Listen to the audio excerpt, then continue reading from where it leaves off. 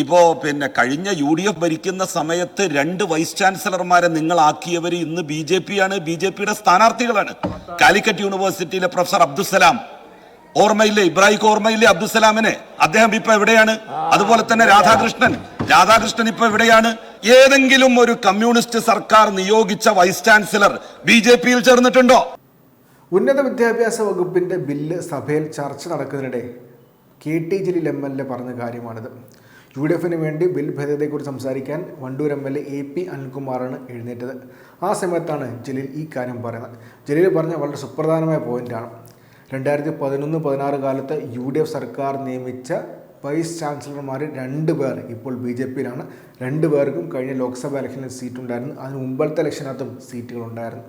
എന്ന് വെച്ച് കഴിഞ്ഞാൽ UDFകാർ കൊണ്ടുവന്ന വൈസ് ചാൻസലർമാർ BJPയിലേക്ക് പോകാൻ വേണ്ടി തയ്യാറെടുപ്പ് നിൽക്കുകയാണ്. അതിവിടെ സഭയിൽ ചൂണ്ടിക്കാണിച്ചിരിക്കുകയാണ് KT ജലീൽ. അദ്ദേഹത്തിൻ്റെ വാക്കുകൾ നമുക്കൊന്ന് കേൾക്കാം.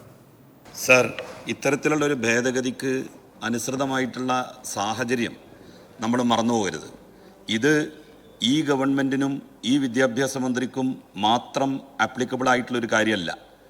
UDF എന്തെങ്കിലും നമ്മളുടെ നാട്ടിൽ അധികാരത്തിൽ വരികയാണെന്നുണ്ടെങ്കിൽ അന്നത്തെ വിദ്യാഭ്യാസ മന്ത്രിക്കും ബാധകമായിട്ടുള്ള കാര്യമാണ്. എന്തുകൊണ്ടാണെന്ന് വെച്ചാൽ ഇപ്പോൾ എന്തിനാണ് ഇത്തരത്തിലുള്ള ഒരു ബില്ല് കൊണ്ടുവരുന്നത്? BJP ചാൻസലറെ ഉപയോഗിച്ച്, ഗവർണറെ ഉപയോഗിച്ച് നമ്മളുടെ സർവകലാശാലകൾ മുഴുവൻ അദ്ദേഹത്തിൻ്റെ വരുതിയിൽ കൊണ്ടുവരാൻ വേണ്ടി ശ്രമിക്കുകയാണ്. RSSനോട് അനുകൂലിക്കുന്ന ആളുകളെ വൈസ് ചാൻസലർ പദവിയിലേക്ക് കൊണ്ടുവരുന്നു. 2-3 പേരെ സർക്കാർ അതിൻ്റെ പാനൽ കൊടുക്കുമ്പോൾ, അല്ലെങ്കിൽ ബന്ധപ്പെട്ടവർ അതിൻ്റെ പാനൽ കൊടുക്കുമ്പോൾ അതിൽ നിന്ന് തനിക്കേറ്റവും യോഗ്യനായിട്ടുള്ള, മുമ്പൊന്നും അങ്ങനെ ആയിരുന്നില്ല, ഭരിക്കുന്ന സർക്കാരിന് തൃപ്തിയുള്ള ആളുകളെയാണ് കൊണ്ടുവരിക.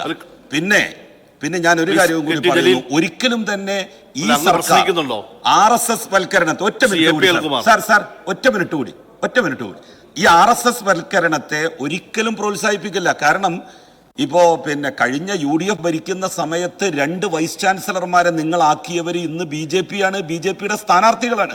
കാലിക്കറ്റ് യൂണിവേഴ്സിറ്റിയിലെ പ്രൊഫസർ അബ്ദുസലാം ഓർമ്മയില്ലേ? ഇബ്രാഹിം ഓർമ്മയില്ലേ അബ്ദുസലാമിനെ?